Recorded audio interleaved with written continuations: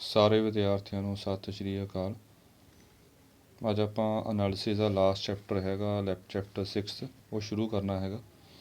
ਇਹਦੇ ਵਿੱਚ 3 ਥਿਊਰਮਾਂ ਨੇ, ਇੱਕ ਤਾਂ ਗੌਸ ਡਾਇਵਰਜੈਂਸ ਥਿਊਰਮ ਆਊਗੀ, ਸਟੋਕਸ ਥਿਊਰਮ ਆਏਗੀ, ਗ੍ਰੀਨਸ ਥਿਊਰਮ ਆਏਗੀ।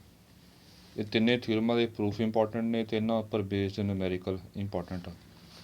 ਪੇਪਰ ਵਿੱਚ ਇਹਨਾਂ ਤਿੰਨਾਂ ਵਿੱਚੋਂ ਇੱਕ ਦਾ ਪ੍ਰੂਫ ਜਾਂ ਉਹਦੇ ਉੱਪਰ ਬੇਸਡ ਨਿਊਮੈਰੀਕਲ ਇਹ ਪੇਪਰ 'ਚ ਪੱਕਾ ਆਏਗਾ। ਚਲੋ ਪਹਿਲਾਂ ਗੌਸ ਡਾਇਵਰਜੈਂਸ ਥਿਊਰਮ ਕਰਦੇ ਹੈਗੇ ਆ। ਇਹ ਥਿਊਰਮ ਦਾ ਪ੍ਰੂਫ ਵੀ ਕਰਨਾ ਹੈਗਾ ਆਪਾਂ ਨੇ ਅਤੇ ਇਹਦੇ ਉੱਪਰ ਬੇਸਡ ਨਿਊਮੈਰੀਕਲ ਵੀ ਕਰਨੇ ਹੈਗੇ ਨੇ। ਪ੍ਰੂਫ ਥੋੜ੍ਹਾ ਜਿਹਾ ਆਪਾਂ ਟਾਈਮ ਲਾਵਾਂਗੇ, ਇਸ ਕਰਕੇ ਲੈਕਚਰ ਥੋੜ੍ਹਾ ਲੰਬਾ ਹੋ ਸਕਦਾ ਹੈਗਾ। ਅਤੇ ਚਲੋ ਪਹਿਲਾਂ ਸ਼ੁਰੂ ਕਰਦੇ ਹੈਗੇ ਆਪਾਂ ਕਿ ਗੌਸ ਡਾਇਵਰਜੈਂਸ ਥਿਊਰਮ ਦੀ ਸਟੇਟਮੈਂਟ ਕੀ ਕਹਿੰਦੀ ਹੈਗੀ ਆ। ਐਫ ਕੋਈ ਚਲੋ ਕੰਟੀਨਿਊਸ ਡਿਫਰੈਂਸ਼ੀਏਬਲ ਫੰਕਸ਼ਨ ਆ। ਡਿਫਰੈਂਸ਼ੀਏਬਲ ਤਾਂ ਹੈਗਾ ਬਿਕੋਜ਼ ਇੱਥੇ ਡੈਰੀਵੇਟਿਵ ਹੁੰਦੇ ਨੇ ਡਾਇਵਰਜੈਂਸ। ਐਸ ਕੋਈ ਕਲੋਜ਼ ਸਰਫੇਸ ਆ ਐਨਕਲੋਜ਼ਿੰਗ ਦਾ ਵੋਲੀਅਮ ਵੀ। ਤਾਂ ਸਰਫੇਸ ਇੰਟੈਗਰਲ ਐਫ ਡਾਟ ਐਨ ਕੈਪ ਡੀ ਐਸ ਇਹ volume integral of ਡਾਇਵਰਜੈਂਸ of F ਦੇ ਇਕੁਅਲ ਹੋਊਗਾ। ਜਿਹੜਾ ਐਨ ਕੈਪ ਹੈਗਾ ਇਹ unit outward drone normal vector ਆ। ਇਹ ਆਪਾਂ ਨੂੰ ਪ੍ਰੂਵ ਕਰਨਾ। ਜੇ ਸਰਫੇਸ ਇੰਟੈਗਰਲ ਦੇ ਕੁਐਸਚਨ ਪਿਛਲੇ ਚੈਪਟਰ ਦੇ ਵਿੱਚ ਧਿਆਨ 'ਚ ਹੋਣ ਤਾਂ ਉਹਦੇ ਵਿੱਚ ਹਮੇਸ਼ਾ ਆਹੀ ਚੀਜ਼ ਆਉਂਦੀ ਸੀਗੀ। ਅਤੇ ਪਹਿਲਾਂ ਇਹਦੀ ਪ੍ਰੈਕਟਿਸ ਤਾਂ ਕਰਵਾਈ ਗਈ ਹੈ ਪਿਛਲੇ ਚੈਪਟਰ ਦੇ ਵਿੱਚ ਕਿਉਂਕਿ ਇਹ ਯੂਜ਼ ਹੋਣੀ ਸੀ ਅੱਗੇ। ਚਲੋ ਇਹ ਥਿਊਰਮ ਨੂੰ ਸਮਝਣ ਵਾਸਤੇ ਜਾਂ ਪ੍ਰੂਫ ਕਰਨ ਵਾਸਤੇ ਪਹਿਲਾਂ ਇਹਦੇ ਉੱਪਰ ਬੇਸਡ ਪਹਿਲਾਂ ਆਪਾਂ ਇੱਕ ਨੂਮੈਰੀਕਲ ਦੇਖ ਲੈਂਦੇ ਹੈਗੇ ਹਾਂ।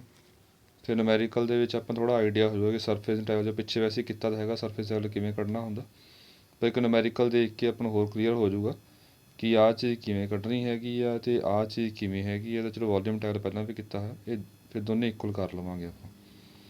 ਸੋ ਪਹਿਲਾਂ ਇਹਦੇ ਉੱਪਰ ਬੇਸਡ ਆਪਾਂ ਨੇ ਨੂਮੈਰੀਕਲ ਕਰਨਾ ਹੈਗਾ। ਉਹ ਨੂਮੈਰੀਕਲ ਦੇਖ ਲਓ। ਇਹ ਐਕਸਰਸਾਈਜ਼ 6A ਦਾ 28ਵਾਂ ਕੁਐਸਚਨ ਆ ਅਤੇ ਪੇਪਰ 'ਚ ਕੁਐਸਚਨ ਦੀ ਮੋਸਟਲੀ ਜਿਹੜੀ ਪ੍ਰੋਬੈਬਿਲਿਟੀ ਹੈਗੀ ਆ ਆਉਣ ਦੀ ਉਹ ਇੱਦਾਂ ਦੀ ਹੋਊਗੀ ਕਿ ਵੈਰੀਫਾਈ ਕਰਨੀ ਆ ਆਪਾਂ ਡਾਇਵਰਜੈਂਸ ਥਿਊਰਮ ਜਾਂ ਗੌਸ ਡਾਇਵਰਜੈਂਸ ਥਿਊਰਮ ਇਸ ਕੁਐਸਚਨ ਵਾਸਤੇ। Over the region bounded by cylinder this and ਦਿਸ।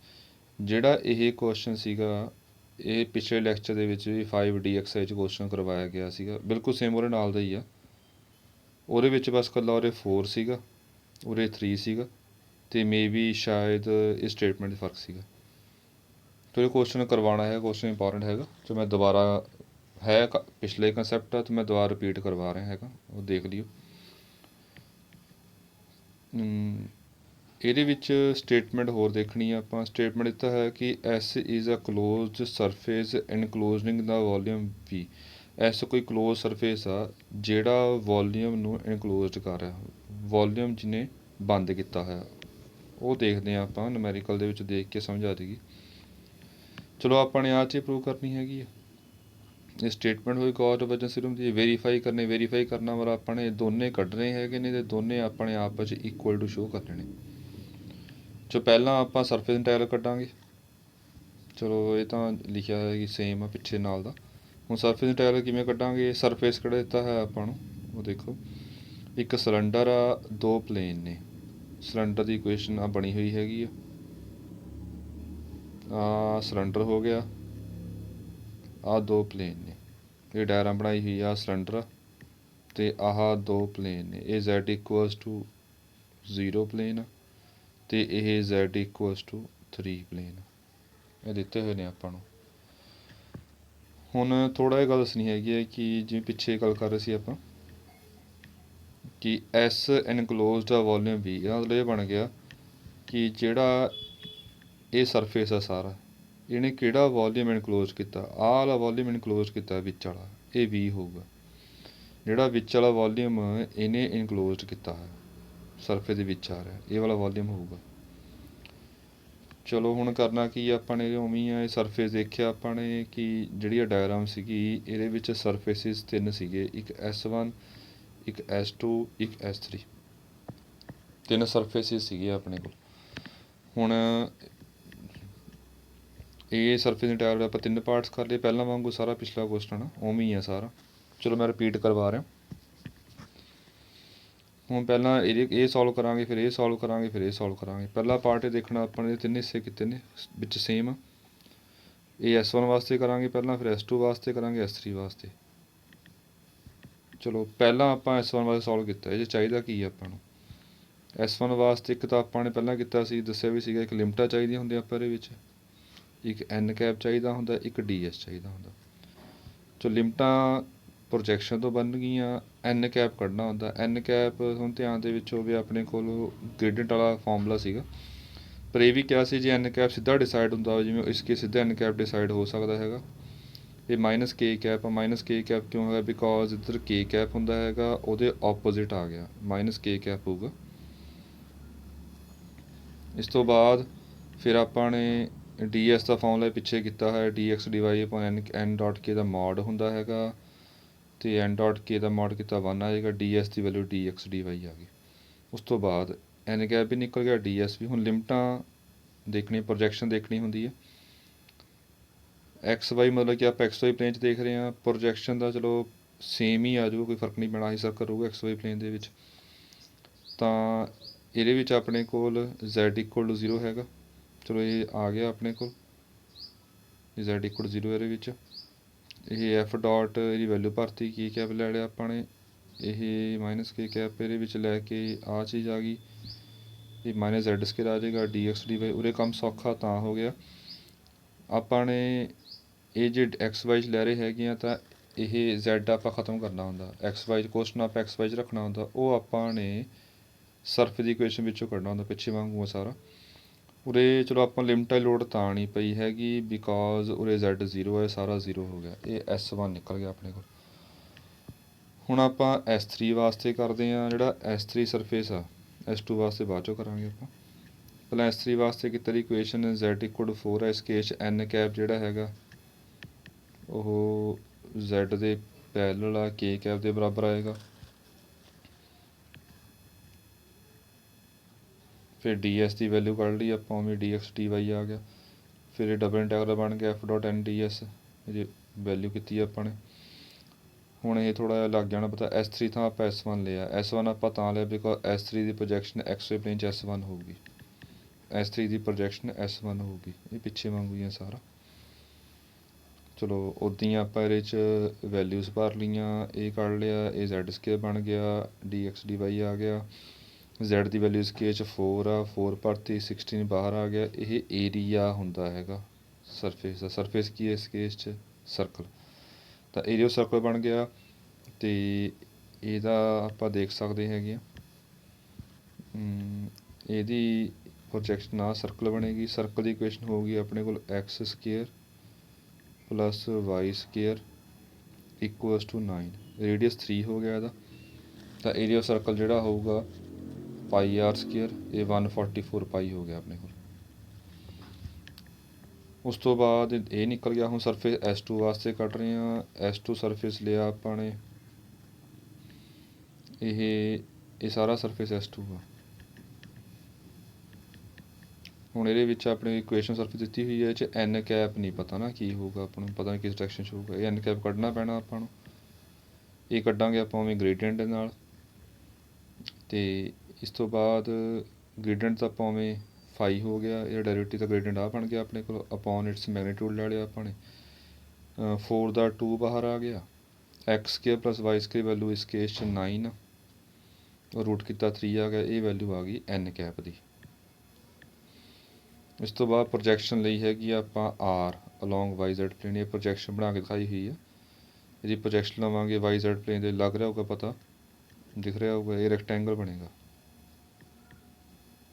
ਆਹ ਰੈਕਟੈਂਗਲ ਬਣਦਾ। ਇੱਧਰ y ਇਕੁਅਲਸ ਟੂ -3 ਹੋਊਗਾ, ਇੱਧਰ y ਇਕੁਅਲਸ ਟੂ 3 ਹੋਊਗਾ, ਇੱਧਰ ਨੀਚੇ Z ਇਕੁਅਲਸ ਟੂ 0 ਹੋਊਗਾ, ਇੱਥੇ Z ਇਕੁਅਲਸ ਟੂ 4 ਹੋਊਗਾ। ਚਲੋ ਇਹ ਬਣ ਗਿਆ ਆਪਣੇ ਕੋਲ। ਫਿਰ ਆਪਾਂ ਇਹ ਲੈ ਲਿਆ, ਅਤੇ ਇਹਦੇ ਵਿੱਚ DS ਪਹਿਲਾਂ ਆਪਾਂ ਲਿਆ, dy dz upon n dot formula ਹੁੰਦਾ, n ਡੋਟ i ਕੈਪ ਕੱਢਿਆ ਆਪਾਂ ਨੇ, ਪਿੱਛੇ x/3 ਆ ਜਾਊਗਾ, ਚੈੱਕ ਕਰ ਲਿਓ, x ਦੀ ਵੈਲਿਊ ਚਾਹੀਦੀ ਹੁੰਦੀ ਆ ਆਪਾਂ ਨੇ। ਫਿਰ ਆਹ ਲਿਆ ਆਪਾਂ ਨੇ, ਇਹਦੀ ਚਲੋ ਤਾਂ ਇੱਦਾਂ ਹੀ ਆ, ਇਹਦੀ ਵੈਲਿਊ ਭਰਤੀ ਪਹਿਲਾਂ ਆਪਾਂ ਨੇ, f ਡੋਟ n ਕੈਪ ਜਿਹੜਾ ਹੈਗਾ ਉਹ ਚੈੱਕ ਕਰ ਸਕਦੇ ਹਾਂ, f ਡਾਟ n ਕੈਪ, ਇਹ ਆਹ ਚੀਜ਼ ਆ ਜਾਏਗੀ। ਅਤੇ ds ਕੱਢਿਆ ਹੈ ਆਪਣੇ, ਆਹ ਵੈਲਿਊ ਭਰਤੀ, 3 ਕੈਂਸਲ ਹੋ ਗਿਆ ਇਹਦੇ ਵਿੱਚੋਂ। ਅਤੇ ਇਸ ਤੋਂ ਬਾਅਦ ਇਹ 2 ਕਿਉਂ ਆਇਆ, ਲਾਸਟ ਟਾਈਮ ਕੀਤਾ ਸੀ ਆਪਾਂ 2 ਤਾਂ ਆਇਆ ਬਿਕੋਜ਼ ਜਿਹੜਾ ਸਰਫੇਸ ਹੈਗਾ ਦਿਖ ਰਿਹਾ ਹੋਊਗਾ, ਇਹ 2 ਸਰਫੇਸਿਸ ਨੇ, ਅੱਧਾ ਪਾਰਟ ਅੱਗੇ ਆ, ਅੱਧਾ ਪਾਰਟ ਪਿੱਛੇ ਆ। ਤਾਂ ਇੱਕ ਸਰਫੇਸ ਵਾਸਤੇ ਕੱਢਣਾ ਸਿਰਫ ਅੱਗੇ ਵਾਸਤੇ, ਪਿੱਛੇ ਵਾਲਾ ਉਵੇਂ ਸਿਮੈਟਰੀ ਹੈਗਾ ਡਬਲ ਹੋ ਜਾਏਗਾ ਓਵਰਆਲ ਸਰਫੇਸ ਆ। ਅਤੇ ਇਸ ਕੇਸ ਵਾਸਤੇ ਫਿਰ ਆਪਣੇ ਕੋਲ ਇਹ ਵੈਲਿਊ ਭਰਤੀ, ਇਹ ਲਿਮਟਾਂ ਚੈੱਕ ਕਰ ਲਈਆਂ, y -3 to 3 ਜਾ ਰਿਹਾ, z 0 to 4 ਜਾ ਰਿਹਾ ਹੈਗਾ, ਇਹ ਵੇਰੀ ਕਰਾਤਾ ਆਪਾਂ ਨੇ। ਫਿਰ ਆਪਾਂ ਨੇ ਇਹ ਇਕੱਲਾ ਡਿਵਾਈਡ ਕਰਤਾ, ਇਹ -a to a ਲਿਮਟ ਆ। ਇਹ ਜੇ ਫੰਕਸ਼ਨ ਚੈੱਕ ਕਰਾਂਗੇ -y ਭਰਾਂਗੇ, ਇਹ ਔਡ ਫੰਕਸ਼ਨ ਆਏਗਾ, ਔਡ ਫੰਕਸ਼ਨ ਇੰਟੀਗ੍ਰੇਸ਼ਨ 0 ਹੁੰਦੀ ਹੈ -a to a ਵਾਸਤੇ। ਇਹ ਫੰਕਸ਼ਨ ਜਿਹੜਾ ਹੈਗਾ ਆਪਣੇ ਕੋਲ ਈਵਨ ਆ, ਇਸ ਕਰਕੇ ਆਪਾਂ 0 to a ਲਿਖ ਸਕਦੇ ਹਾਂ, ਇਹ 0 to a ਲਿਖ ਲਿਆ। ਇਹ ਇੰਟੀਗ੍ਰੇਸ਼ਨ ਦਾ ਫਾਰਮੂਲਾ ਹੁੰਦਾ ਹੈਗਾ, ਇੰਟੀਗ੍ਰੇਸ਼ਨ ਫਾਰਮੂਲਾ ਆ ਕੇ ਆਪਣੇ ਕੋਲ ਇਹਦੇ ਵਿੱਚ ਆਪਣੇ ਕੋਲ ਲਿਮਟਾਂ ਜਿਹੜੀਆਂ ਹੁੰਦੀਆਂ, ਜੇ ਲਿਮਟਾਂ ਕਾਂਸਟੈਂਟ ਹੋਣ ਤਾਂ ਆਪਾਂ ਇੰਟੀਗ੍ਰੇਸ਼ਨ ਅਲੱਗ-ਅਲੱਗ ਵੀ ਕਰ ਸਕਦੇ ਹਾਂ। z ਦੀ ਅਲੱਗ ਕੀਤੀ ਹੈ, y ਦੀ ਅਲੱਗ ਕੀਤੀ ਹੈ, z ਦੀ ਅਲੱਗ ਕਰਤੀ, y ਦੀ ਇੰਟੀਗ੍ਰੇਸ਼ਨ ਅਲੱਗ ਕਰਤੀ ਆਪਾਂ ਨੇ। ਫਿਰ ਲਿਮਟਾਂ ਭਰਤੀਆਂ, ਸਾਰਾ ਸੋਲਵ ਕੇ 144 ਪਾਈ ਆ ਗਿਆ। ਫਿਰ ਆਪਣੇ ਕੋਲ ਤਿੰਨੇ ਨਿਕਲ ਗਏ, S1 S2 S3 ਦੇ। ਇਹ ਤਿੰਨੇ ਆਂਸਰ ਲੈ ਕੇ ਆਪਾਂ ਸਟੇਟਮੈਂਟ ਦੇ ਵਿੱਚ ਭਰਤੇ, ਇਹ ਵੀ ਨਿਕਲ ਗਿਆ, ਇਹ ਵੀ ਨਿਕਲ ਗਿਆ, ਇਹ ਵੀ ਨਿਕਲ ਗਿਆ, ਤਿੰਨੇ ਆਪਾਂ ਜੋੜਤੇ। ਤਿੰਨੇ ਜੋੜਨ ਤੋਂ ਬਾਅਦ ਜੋ ਆਂਸਰ ਆ 288 ਪਾਈ ਆਪਣਾ ਆ ਗਿਆ। ਇਹ ਲੈਫਟ ਹੈਂਡ ਸਾਈਡ ਆ ਗਈ, ਇਹ ਲੈਫਟ ਹੈਂਡ ਸਾਈਡ ਆ ਗਈ ਆਪਣੀ। ਹੁਣ ਇਹ ਸੋਲਵ ਕਰਨੀ ਆ right hand side, volume integral ਆ। ਵੋਲੀਅਮ ਇੰਟੈਗਰਲ ਤਕਰੀਬਨ ਸੌਖਾ ਹੁੰਦਾ। ਫਿਰ ਇਹਦੇ ਵਿੱਚ ਆਪਣੇ ਕੋਲ ਵੋਲੀਅਮ ਇੰਟੈਗਰਲ ਹੈਗਾ, ਇਹ ਡਾਇਵਰਜੈਂਸ ਕੱਢਿਆ, ਡਾਇਵਰਜੈਂਸ ਤਾਂ ਉਵੇਂ ਹੋ ਗਿਆ, ਇਹਦਾ x ਨਾਲ ਕਰਨਾ ਡੈਰੀਵੇਟਿਵ, ਇਹਦਾ y ਨਾਲ ਕਰਨਾ, z ਨਾਲ ਕਰਨਾ, ਫਿਰ ਐਡ ਕਰ ਲੈਣਾ ਆਪਾਂ ਨੇ। ਇਹ ਡੈਰੀਵੇਟਿਵ ਕਰ ਲਿਆ ਆਪਾਂ ਨੇ, ਇਹ ਚੀਜ਼ ਬਣ ਗਈ ਆਪਣੇ ਕੋਲ।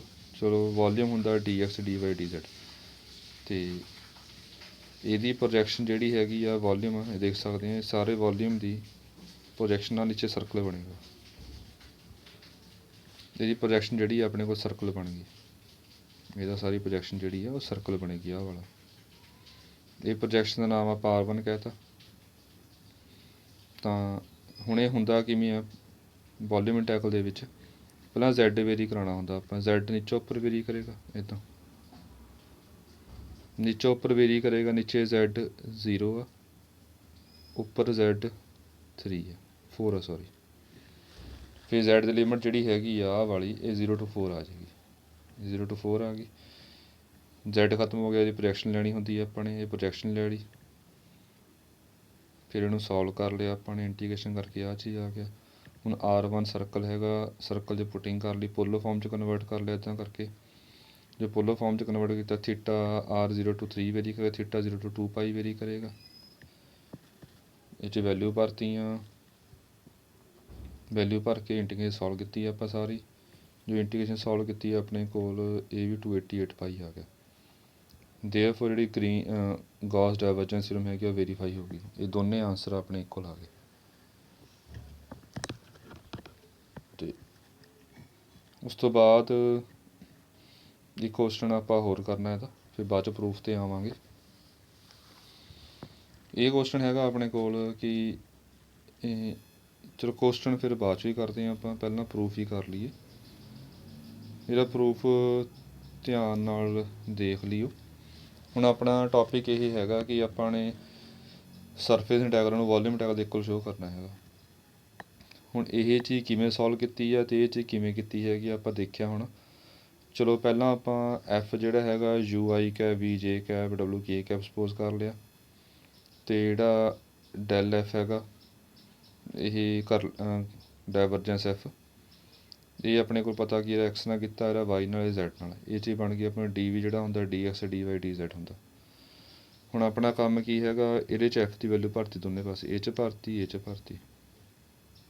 ਇਹ ਚੈੱਕ ਕਰ ਸਕਦੇ f ਤਾਂ ਇੱਦਾਂ ਹੀ ਭਰਿਆ ਆਪਾਂ ਨੇ, n ਕੈਪ ਉੱਦਾਂ ਹੀ ਆ ਗਿਆ, ਅਤੇ ਇਹ ਡਾਇਵਰਜੈਂਸ ਦੀ ਵੈਲਿਊ ਭਰਤੀ ਆਪਾਂ ਨੇ, DV ਦੀ ਵੈਲਿਊ ਭਰਤੀ। ਮਤਲਬ ਆਪਾਂ ਨੇ ਇਹਦੇ ਵਿੱਚ ਇਹ ਦੋਨੇ ਇਕੁਅਲ ਸ਼ੋਅ ਕਰਨੇ ਨੇ। ਇਹ ਸਟੇਟਮੈਂਟ ਆਪਾਂ ਇਹਦੇ ਇਕੁਅਲ ਕਰ ਲਿਆ, ਹੁਣ ਇਹ ਕਿਵੇਂ ਕਰਾਂਗੇ ਆਪਾਂ, ਪ੍ਰੂਫ ਕੋਰਸਪੋਂਡਿੰਗਲੀ ਕਰਾਂਗੇ। ਕੋਰਸਪੋਂਡਿੰਗਲੀ ਮਤਲਬ ਪਹਿਲਾ ਪਾਰਟ ਪਹਿਲੇ ਦੇ ਇਕੁਅਲ ਕਰਾਂਗੇ, ਸਿਮਿਲਰਲੀ ਦੂਜਾ ਪਾਰਟ ਦੂਜੇ ਦੇ ਇਕੁਅਲ ਹੋ ਜਾਏਗਾ, ਤੀਸਰਾ ਪਾਰਟ ਤੀਸਰੇ ਦੇ ਇਕੁਅਲ ਹੋ ਜਾਏਗਾ। ਜੋ ਪਹਿਲੀ ਪ੍ਰੈਫਰੈਂਸ ਕੀ ਹੈ, ਆਪਣਾ ਪਹਿਲਾ ਪਾਰਟ ਹੈਗਾ ਉਹਨੂੰ ਪਹਿਲੇ ਪਾਰਟ ਦੇ ਇਕੁਅਲ ਸ਼ੋਅ ਕਰਨਾ, ਆਪਾਂ ਫਸਟ ਪਾਰਟ ਨੂੰ ਫਸਟ ਪਾਰਟ ਦੇ ਇਕੁਅਲ ਸ਼ੋਅ ਕਰਨਾ ਹੈਗਾ। ਮਤਲਬ ਫਸਟ ਪਾਰਟ ਕੀ ਹੋਊਗਾ, surface integral UI cap dot N cap DS, ਇੱਧਰੋਂ ਫਸਟ ਪਾਰਟ ਆਊਗਾ ਕਰਲੀ U ਬਾਈ ਕਰਲੀ X DX DY DZ, ਇਹ ਚੀਜ਼ ਆ ਜਾਏਗੀ। ਇਸ ਤੋਂ ਬਾਅਦ ਮਤਲਬ ਆਪਣਾ ਫੋਕਸ ਮੇਨ ਇਹਦੇ ਉੱਪਰ ਆ ਕਿ ਇਹ ਚੀਜ਼ ਅਤੇ ਇਹ ਚੀਜ਼ ਆਪਾਂ ਇਕੁਅਲ ਕਰਨੀ ਹੈ। ਹੁਣ ਆਪਾਂ ਨੂੰ ਗਿਵਨ ਹੈ ਕਿ S ਕੋਈ ਸਰਫੇਸ ਆ, ਉਹਨੇ V ਵੋਲੀਅਮ ਇਨਕਲੋਜ਼ ਕੀਤਾ। ਹੁਣ ਸਰਫੇਸ ਕਿਸ ਤਰ੍ਹਾਂ ਮਰਜ਼ੀ ਹੋ ਸਕਦਾ, ਆਪਾਂ ਇੱਕ ਜਨਰਲ ਸਰਫੇਸ ਲੈ ਕੇ ਉਹਦੇ ਵਾਸਤੇ ਪ੍ਰੂਵ ਕਰ ਰਹੇ ਹੈਗੇ। ਇੱਦਾਂ ਨਹੀਂ ਹੈ ਕਿ ਸਰਫੇਸ ਸਿੰਪਲ ਜਿਹਾ ਹੋਊਗਾ ਛੋਟਾ, ਇੱਦਾਂ ਬਸ ਛੋਟਾ ਗੋਲ ਜਿਹਾ। ਸਰਫੇਸ ਜਿਸ ਤਰ੍ਹਾਂ ਮਰਜ਼ੀ ਆ ਸਕਦਾ, ਜਿਵੇਂ ਸਰਫੇਸ ਇਹ ਸਪੋਜ਼ ਕੀਤਾ ਆਪਾਂ ਨੇ, ਵੈਸੇ ਉਹ ਟੇਢਾ ਮੇਢਾ ਜਾਣ ਕੇ ਉਹਨਾਂ ਕਿ ਸਾਰੇ ਕੇਸ ਕਵਰ ਕਰ ਲਵੇ। ਆਹ ਸਰਫੇਸ ਆ ਵਿੱਚੋਂ ਹੋਲ ਆ ਸਾਰਾ ਸਰਫੇਸ ਆ ਬਾਹਰਲਾ, ਵਿੱਚੋਂ ਬਲੈਂਕ ਆ ਸਰਫੇਸ ਆ ਸਾਰਾ। ਉਹ ਸਮਝਾਉਣ ਵਾਸਤੇ ਲਿਆ ਆਪਾਂ ਨੇ। ਜਿਹੜਾ ਇਹਨੇ ਵੋਲੀਅਮ ਇਨਕਲੋਜ਼ ਕੀਤਾ V ਵੋਲੀਅਮ ਇਹਦਾ, ਸਰਫੇਸ S ਆ ਬਾਹਰਲਾ ਅਤੇ V ਵੋਲੀਅਮ ਆ। ਇਸ ਤੋਂ ਬਾਅਦ ਹੁਣ ਮੇਨ ਗੱਲ ਆਪਾਂ ਨੇ ਪਹਿਲਾਂ ਇਹ ਚੀਜ਼ ਸੋਲਵ ਕਰਨੀ ਹੈ, ਵੋਲੀਅਮ ਇੰਟੈਗਰਲ। ਹੁਣ ਵੋਲੀਅਮ ਇੰਟੈਗਰਲ ਕਿਵੇਂ ਸੋਲਵ ਕਰਦੇ ਹੁੰਦੇ ਆ, ਜਿਵੇਂ ਪਿੱਛੇ ਕੀਤਾ ਸੀ ਆਪਾਂ ਨੇ। ਜੇ ਆਪਾਂ DZ ਮੋਸਟਲੀ DZ ਲਿਆ ਸੀ, ਪਹਿਲਾਂ ਆਪਾਂ Z ਵੇਰੀ ਕਰਾਇਆ ਸੀਗਾ ਕਿ Z ਕਿੰਨਾ ਵੇਰੀ ਕਰਦਾ, Z ਵੇਰੀ ਕਰਾ ਕੇ ਉਸ ਤੋਂ ਬਾਅਦ ਸਰਫੇਸ ਦੀ ਪ੍ਰੋਜੈਕਸ਼ਨ ਲਈ ਸੀਗੀ, ਉੱਥੋਂ ਫਿਰ ਉਹ ਰੀਜਨ ਦੇਖਿਆ ਸੀਗਾ, ਫਿਰ ਡਬਲ ਇੰਟੈਗਰਲ 'ਚ ਕੁਐਸਚਨ ਕਨਵਰਟ ਹੋ ਗਿਆ, ਫਿਰ ਆਪਣਾ ਸੋਲਵ ਹੋ ਜਾਏਗਾ। ਹੁਣ ਇਹ ਕੰਪਲਸ਼ਨ ਨਹੀਂ ਹੈ ਕਿ ਪਹਿਲਾਂ ਆਪਾਂ Z ਹੀ ਵੇਰੀ ਕਰਾਉਣਾ, ਆਪਾਂ ਪਹਿਲਾਂ DY ਵੇਰੀ ਕਰਾ ਸਕਦੇ ਹਾਂ, Y ਵੇਰੀ ਕਰਾ ਸਕਦੇ ਹਾਂ, ਜਾਂ ਪਹਿਲਾਂ ਆਪਾਂ X ਵੇਰੀ ਕਰਾ ਸਕਦੇ ਹਾਂ। ਜੇ ਆਪਾਂ ਪਹਿਲਾਂ X ਵੇਰੀ ਕਰਾਵਾਂਗੇ ਤਾਂ ਲਿਮਟਾਂ ਉਰੇ X ਦੀਆਂ ਆਉਣਗੀਆਂ, ਅਤੇ ਜਿਹੜੀ ਆਹ ਡਬਲ ਇੰਟੈਗਰਲ ਹੈਗਾ ਇਹ YZ ਪਲੇਨ 'ਚ ਬਣੇਗਾ, ਪ੍ਰੋਜੈਕਸ਼ਨ YZ ਪਲੇਨ 'ਚ ਆਊਗੀ ਪ੍ਰੋਜੈਕਸ਼ਨ। ਇਹ ਜਿਸ ਤਰ੍ਹਾਂ ਮਰਜ਼ੀ ਕਰ ਸਕਦੇ ਹਾਂ। ਅਤੇ ਇਸ ਥਿਊਰਮ ਦੇ ਵਿੱਚ ਆਪਾਂ ਜਿਹੜੀ ਪ੍ਰੋਜੈਕਸ਼ਨ ਹੈਗੀ ਆ ਉਹ YZ ਪਲੇਨ 'ਚ ਲੈ ਰਹੇ ਹਾਂ, ਆਹ YZ ਪਲੇਨ 'ਚ ਲੈ ਰਹੇ ਹਾਂ ਆਪਾਂ ਪ੍ਰੋਜੈਕਸ਼ਨ। ਇੱਕ ਹੋਰ ਗੱਲ ਧਿਆਨ ਰੱਖਣੀ ਹੈ, ਇਹ 'ਚ ਪਹਿਲਾਂ ਆਪਾਂ ਸਮਝਾਉਣ ਵਾਸਤੇ ਹੀ ਆ, ਇੱਧਰ ਆਪਾਂ X ਮੰਨਿਆ, ਮੋਸਟਲੀ ਆਪਾਂ ਇਹ ਕਰਦੇ ਹੁੰਦੇ ਹਾਂ, ਇੱਧਰ X ਮੰਨਦੇ ਹੁੰਦੇ ਹਾਂ, ਇੱਧਰ Y ਮੰਨਦੇ ਹੁੰਦੇ ਹਾਂ, ਇੱਧਰ Z ਮੰਨਦੇ ਨੇ। ਇਹ ਸਮਝਾਉਣ ਵਾਸਤੇ ਇੱਦਾਂ ਮੰਨਿਆ, ਬਾਕੀ ਕੋਈ ਪ੍ਰੋਬਲਮ ਨਹੀਂ ਹੈਗੀ, ਕਿਉਂਕਿ ਆਪਣੇ ਕੋਲ ਤਿੰਨੇ X Y Z anti clockwise ਚਾਹੀਦੇ ਨੇ। X Y Z anti clockwise ਆ ਰਹੇ ਨੇ, ਇਹ ਸਹੀ ਹੈ ਡਾਇਗਰਾਮ, ਇਹ ਕੋਈ ਇਹਦੇ ਵਿੱਚ ਕੋਈ ਫਰਕ ਨਹੀਂ ਪੈਂਦਾ ਹੈਗਾ। ਅਤੇ ਹੁਣ ਆਪਣਾ ਇਹਦੇ ਵਿੱਚ ਪਹਿਲਾਂ ਆਹ ਚੀਜ਼ ਸੋਲਵ ਕਰਨੀ ਹੈ ਆਪਾਂ, ਵੋਲੀਅਮ ਇੰਟੈਗਰਲ। ਜੋ ਵੋਲੀਅਮ ਇੰਟੈਗਰਲ ਕਿਵੇਂ ਸੋਲਵ ਕਰ ਰਹੇ ਹਾਂ ਉਹ ਦੇਖ ਲਈਏ, ਡਾਇਗਰਾਮ ਦੇ ਵਿੱਚ ਹੈ ਕਿ ਉਹ ਦੇਖਾਂਗੇ ਬਾਅਦ ਵਿੱਚ ਆਪਾਂ। ਇਹ ਸਾਰਾ ਜੋ ਬੋਲਿਆ ਉਹੀ ਆ। ਹੁਣ ਕਿਵੇਂ ਆਪਾਂ ਕਰਦੇ ਹੁੰਦੇ ਹਾਂ ਕਿ ਪਹਿਲਾਂ ਵੋਲੀਅਮ ਦੇ ਵਿੱਚ ਪਹਿਲਾਂ X ਵੇਰੀ ਕਰਾਉਣਾ ਹੁੰਦਾ। X ਕਿੱਦਾਂ ਵੇਰੀ ਕਰ ਰਿਹਾ, ਹੁਣ ਇਹ X ਵੇਰੀ ਕਰਾਇਆ ਹੈ, ਜਿਵੇਂ ਆਹ ਅਲੱਗ ਹੋ ਗਿਆ, ਆਹ ਅਲੱਗ ਹੋ ਗਿਆ, ਆਹ ਅਲੱਗ ਹੋ ਗਿਆ। X ਵੇਰੀ ਕਰ ਰਿਹਾ, ਇੱਥੋਂ ਤੋਂ ਆਹ ਸਰਫੇਸ ਜਾ ਰਿਹਾ, ਇੱਥੋਂ ਤੋਂ ਆਹ ਸਰਫੇਸ ਜਾ ਰਿਹਾ, ਇੱਥੋਂ ਤੋਂ ਆਹ ਸਰਫੇਸ ਜਾ ਰਿਹਾ, ਇੱਥੋਂ ਤੋਂ ਆਹ ਸਰਫੇਸ, ਇੱਥੋਂ ਤੋਂ ਆਹ ਸਰਫੇਸ। ਚਲੋ ਲੱਗ ਜਾਏਗਾ ਪਤਾ, ਅੱਗੇ ਲੱਗ ਜਾਊ ਪਤਾ। ਮਤਲਬ ਜਿਹੜਾ ਆਪਣੇ ਕੋਲ X ਹੈਗਾ ਉਹ ਇੱਦਾਂ ਵੇਰੀ ਕਰ ਰਿਹਾ ਹੈਗਾ। ਹੁਣ ਇਹ ਸਮਝਾਉਣ ਵਾਸਤੇ ਕਿਵੇਂ ਆ, ਪਹਿਲਾਂ ਆਪਾਂ ਨੇ ਇੱਕ ਵੇਰੀ ਕਿਵੇਂ ਕਰ ਰਿਹਾ X, ਆਪਾਂ ਇੱਕ ਲਾਈਨ ਡਰਾ ਕਰ ਲਈ, ਆਪਾਂ ਇੱਕ ਲਾਈਨ ਡਰਾ ਕਰ ਲਈ ਪੈਰਲਲ ਟੂ X ਐਕਸਿਸ। ਆਪਾਂ ਚੈੱਕ ਕਰ ਸਕਦੇ ਹੈਗੇ ਲਾਈਨ ਜਿਹੜੀ ਹੈਗੀ ਹੈ enter the volume, then it will always leave the surface. ਜਦੋਂ ਇਹ ਲਾਈਨ ਜਿਹੜੀ ਇੱਕ ਵਾਰੀ ਵੋਲੀਅਮ ਆ ਸਾਰਾ ਵਿੱਚ ਵਾਲਾ ਇਹਦੇ ਵਿੱਚ ਐਂਟਰ ਕਰੇਗੀ ਤਾਂ ਬਾਹਰ ਪੱਕਾ ਨਿਕਲੇਗੀ। ਆਹ ਨਿਕਲ ਗਈ, ਦੇਖੋ ਐਂਟਰ ਕੀਤੀ ਫਿਰ ਬਾਹਰ ਨਿਕਲ ਗਈ, ਦੁਬਾਰਾ ਫਿਰ ਐਂਟਰ ਕੀਤੀ, ਆਹ P4 ਤੇ ਬਾਹਰ ਨਿਕਲ ਗਈ, ਫਿਰ P5 ਤੋਂ ਐਂਟਰ ਕੀਤੀ, P6 ਤੋਂ ਬਾਹਰ ਨਿਕਲ ਗਈ। ਇੱਦਾਂ ਕਿਉਂ ਹੋ ਰਿਹਾ, ਕਿਉਂਕਿ ਜੇ ਕਲੋਜ਼ਡ ਵੋਲੀਅਮ ਲਵਾਂਗੇ, ਇੱਕ ਵਾਰੀ ਜੇ ਕੋਈ ਵੋਲੀਅਮ ਅੰਦਰ ਚਲਾ ਗਿਆ ਤਾਂ ਲਾਈਨ ਪੱਕਾ ਬਾਹਰ ਨਿਕਲੇਗੀ। ਜੇ ਵੋਲੀਅਮ ਓਪਨ ਹੋਵੇ ਫਿਰ ਇੱਕ ਵਾਰੀ ਅੰਦਰ ਵੜ ਗਈ ਫਿਰ ਬਾਹਰ ਨਹੀਂ ਨਿਕਲੇਗੀ, ਪਰ ਇਹ ਕਲੋਜ਼ਡ ਵੋਲੀਅਮ ਆ, ਵੋਲੀਅਮ ਇਨਕਲੋਜ਼ਡ ਕੀਤਾ ਹੋਇਆ, ਇਸ ਕਰਕੇ ਇੱਕ ਵਾਰੀ ਅੰਦਰ ਐਂਟਰ ਕੇ ਬਾਹਰ ਨਿਕਲੇਗੀ। ਇਹ ਹੋ ਕੀ ਰਿਹਾ ਸਾਰਾ, ਇਹ ਬਾਅਦ ਵਿੱਚ ਲੱਗ ਜਾਏਗਾ ਪਤਾ। ਫਿਲਹਾਲ ਜੋ ਹੋ ਰਿਹਾ ਉਹ ਦੇਖੀ ਜਾਓ ਕਿ ਸਹੀ ਹੈ। ਤਾਂ ਪੁਆਇੰਟਸ ਓਵਰਆਲ ਪੁਆਇੰਟਸ ਕੀ ਹੋਣਗੇ, ਜਿੱਥੇ ਲਾਈਨ ਸਰਫੇਸ ਨੂੰ ਮੀਟ ਕਰੇਗੀ, ਜਿੱਥੇ ਲਾਈਨ ਸਰਫੇਸ ਨੂੰ ਮੀਟ ਕਰੇ ਓਵਰਆਲ ਪੁਆਇੰਟਸ ਕੀ ਜਾਊਗੀ, ਅੰਦਰ ਆਊਗੀ, ਬਾਹਰ ਨਿਕਲੂਗੀ, ਅੰਦਰ ਆਊਗੀ, ਬਾਹਰ ਨਿਕਲੂਗੀ, ਅੰਦਰ ਆਊਗੀ, ਬਾਹਰ ਨਿਕਲੂਗੀ। ਇਹ ਜੋਟੇ ਬਣਨਗੇ, ਮਤਲਬ ਈਵਨ ਹੋਣਗੇ ਪੁਆਇੰਟਸ। ਇਹ ਜਨਰਲ ਪੁਆਇੰਟਸ ਆਪਾਂ ਫਿਰ P1 ਤੋਂ ਲੈ ਕੇ P2N ਤੱਕ ਲੈ ਲਏ ਆਪਾਂ ਨੇ। ਅਤੇ ਜਿਹੜੇ ਸਰਫੇਸਿਸ ਹੈਗੇ ਨੇ ਉਹ S1 S2 S2N ਤੱਕ ਲੈ ਲਏ। ਹੁਣ ਸਰਫੇਸਿਸ ਕਿਵੇਂ ਲਏ ਨੇ ਉਹ ਦੇਖ ਲਿਓ। ਜਿਵੇਂ ਆਹ ਸਰਫੇਸ ਆ, ਇਹਦੇ ਵਿੱਚ ਆਪਣੇ ਕੋਲ ਇੱਥੋਂ ਇੱਥੇ ਜਾ ਰਿਹਾ, ਆਹ ਸਰਫੇਸ ਤੋਂ ਸ਼ੁਰੂ ਹੋ ਕੇ ਆਹ ਸਰਫੇਸ 'ਤੇ ਜਾ ਰਿਹਾ। ਜਿਵੇਂ ਇਹਦੇ ਵਿੱਚ ਆਪਾਂ ਦੇਖ ਸਕਦੇ ਹੈਗੇ ਆ, ਜਿਵੇਂ ਆਪਾਂ ਨੇ ਇਹ ਕੁਐਸਚਨ ਕੀਤਾ ਸੀਗਾ, ਇਹਦੇ ਵਿੱਚ ਆਹ ਸਰਫੇਸ ਸ਼ੁਰੂ ਹੋ ਕੇ ਆਹ ਸਰਫੇਸ ਤੱਕ ਜਾ ਰਿਹਾ ਵਾ। ਜੇ ਆਪਾਂ ਇੱਦਾਂ ਵੇਰੀ ਕਰਾਈਏ, ਇਹ ਵੇਰੀਏਸ਼ਨ ਆ, ਕਿਹੜੇ ਸਰਫੇਸ ਸ਼ੁਰੂ ਹੋ ਕੇ ਕਿਹੜੇ ਸਰਫੇਸ ਤੱਕ ਜਾ ਰਿਹਾ ਹੈਗਾ, ਇੱਥੋਂ ਸ਼ੁਰੂ ਹੋ ਕੇ ਇੱਥੇ ਜਾ ਰਿਹਾ ਹੈਗਾ। ਕਿਉਂਕਿ ਵੋਲੀਅਮ ਟਾਇਲ ਦੇ ਵਿੱਚ ਕੀ ਹੁੰਦਾ ਹੈ, ਜਿਵੇਂ ਆਪਾਂ ਵੋਲੀਅਮ ਟਾਇਲ ਕੀਤਾ ਹੈਗਾ ਸੀ ਹੁਣੀ, ਆਪਣੇ ਪਤਾ ਹੋਣਾ ਚਾਹੀਦਾ ਕਿ ਜੇ ਆਪਾਂ Z ਵੇਰੀ ਕਰਾ ਰਹੇ ਹਾਂ ਕਿ Z ਕਿੱਥੋਂ ਕਿੱਥੇ ਵੇਰੀ ਕਰ ਰਿਹਾ, ਕਿੱਥੋਂ ਸ਼ੁਰੂ ਹੋ ਰਿਹਾ, ਕਿੱਥੇ ਪਹੁੰਚ ਰਿਹਾ। ਇਹ ਸਰਫੇਸ ਦੀ ਆਪਣੀ ਇਕੁਏਸ਼ਨ ਚਾਹੀਦੀ ਹੁੰਦੀ ਹੈ। ਤਾਂ ਹੀ ਆਪਾਂ ਉਹਦੇ Z ਜਦੋਂ ਵੇਰੀ ਕਰਵਾਏ ਸੀ, ਲਿਮਟਾਂ ਇਹ ਪਾਈਆਂ ਸੀਗੀਆਂ Z ਦੀਆਂ ਦੇਖ ਕੇ। ਉਵੇਂ ਆਪਾਂ X ਬਾਰੇ ਦੇਖ ਰਹੇ ਹੈਗੇ ਥਿਊਰਮ ਦੇ ਵਿੱਚ ਕਿ X ਓਵਰਆਲ ਕਿੰਨਾ ਵੇਰੀ ਕਰ ਰਿਹਾ। ਚਲੋ ਇਹ ਸਰਫੇਸਿਸ ਹੋ ਗਏ ਕਿ ਇੱਥੋਂ ਸ਼ੁਰੂ ਹੋ ਕੇ ਇੱਥੇ ਪਹੁੰਚ ਰਿਹਾ, ਫਿਰ ਇੱਥੋਂ ਸ਼ੁਰੂ ਹੋ ਕੇ ਇੱਥੇ ਪਹੁੰਚ ਰਿਹਾ। ਸਰਫੇਸਿਸ ਹੋ ਗਏ ਸਾਰੇ ਉਸ ਹਿਸਾਬ ਨਾਲ ਜਿੰਨੇ ਪੁਆਇੰਟਸ ਆਉਣਗੇ। ਜਿਵੇਂ ਇਹ ਸਰਫੇਸਿਸ ਹੋ ਗਏ ਆਪਣੇ ਕੋਲ, ਇਹ ਜਨਰਲ ਪੁਆਇੰਟਸ ਲੈਣੇ ਆਪਾਂ ਇਹਦੇ ਉੱਪਰ। ਹੁਣ ਇਹ ਸਰਫੇਸ ਹੈ ਕਿਵੇਂ ਆ ਉਹ ਦੇਖ ਲਿਓ। ਇਹ ਸਰਫੇਸ ਇਕੁਏਸ਼ਨ ਇੱਦਾਂ, ਹੁਣ ਇਹ ਕਿਵੇਂ ਆਈ ਆ, X = ਇੱਦਾਂ ਕਿਵੇਂ ਕੀਤਾ ਆਪਾਂ ਨੇ, ਇਹ ਥੋੜ੍ਹਾ ਇੱਥੇ ਸਮਝਾਉਣ। ਜਿਵੇਂ ਆਪਣੇ ਕੋਲ ਸਫੀਅਰ ਆ, ਇਹਦੀ ਇਕੁਏਸ਼ਨ ਹੁੰਦੀ ਹੈ ਆਪਣੇ ਕੋਲ X² + Y² + Z² = A²। ਜੇ ਆਪਾਂ X ਵੇਰੀ ਕਰਾਉਣਾ ਹੈਗਾ, ਇਹ X ਆ, ਇਹ Y ਆ, ਇਹ Z ਆ, ਇੱਦਾਂ X ਵੇਰੀ ਕਰੇਗਾ। ਤਾਂ X ਕਿੱਥੋਂ ਆਹ ਸਰਫੇਸ ਤੋਂ ਸ਼ੁਰੂ ਹੋ ਕੇ ਇੱਧਰ ਸਰਫੇਸ ਤੱਕ ਜਾ ਰਿਹਾ ਹੈਗਾ। ਤਾਂ ਇਹ 'ਚ X ਦੀ ਵੈਲਿਊ ਆਊਗੀ ਆਪਣੇ ਕੋਲ, X ਕੱਢਾਂਗੇ +- √(A² - -X² - Y²। ਇਹਨੂੰ ਨਾਲ ਕਾਪੀ 'ਤੇ ਉਤਾਰੇ ਜਾਈਓ, ਕਿਉਂਕਿ ਫਿਰ ਮੈਂ ਨਾਲ ਰੱਬ ਕਰਨਾ ਹੁੰਦਾ। ਇਹ ਥੋੜ੍ਹਾ ਗਲਤ ਹੋ ਗਿਆ। ਜਿਹੜਾ X ਆਉਣਾ ਸੀ ਆਪਣੇ ਕੋਲ ਉਹ +- √(A² -